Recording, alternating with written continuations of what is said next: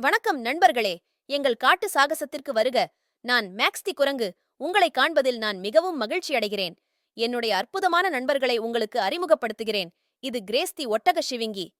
Hello நண்பர்களே, நான் தான் உங்கள் கிரேஸ்தி ஒட்டகச் சிவிங்கி. என்னால் மரங்களின் உச்சியில் உள்ள சுவையான இலைகளை அடைய எனக்கு நீண்ட கழுத்து உள்ளது. என் உயரமான கழுத்தில் நான் வெகு தூரம் பார்க்க முடியும் மற்றும் சாப்பிடுவதற்கு ருசியான இலைகளைக் காணலாம். அடுத்து முயல்களின் அரசன் ராபி தி ராபிட். வணக்கம் குட்டி நண்பர்களே, சுவையான கேரட்டை கண்டுபிடிக்க நான் காட்டை சுற்றி வருகிறேன். எந்த ஒரு சத்தத்தையும் கேட்க நான் என் காதுகளை பயன்படுத்துகிறேன். மேலும் எனது வலுவான கால்கள் எனக்கு காட்டை சுற்றி வர உதவுகின்றன. இதோ ஃப்ரெடி மிகவும் தந்திரம் மற்றும் புத்திசாலியான நரி. ஏய், நான் விரைவாகவும் புத்திசாலியாகவும் இருக்கிறேன். நான் கண்ணாமூச்சி விளையாட விரும்புகிறேன். என்னிடம் புதர் நிறைந்த வால் உள்ளது. அது நான் ஓடும்போது சமநிலையில் இருக்க உதவுகிறது.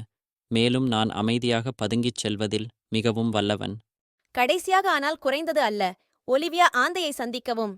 ஹலோ இளம் ஆய்வாளர்களே, நான் இரவில் விழித்திருந்து இரவு உணவை பிடிக்க அமைதியாக பறக்கிறேன்.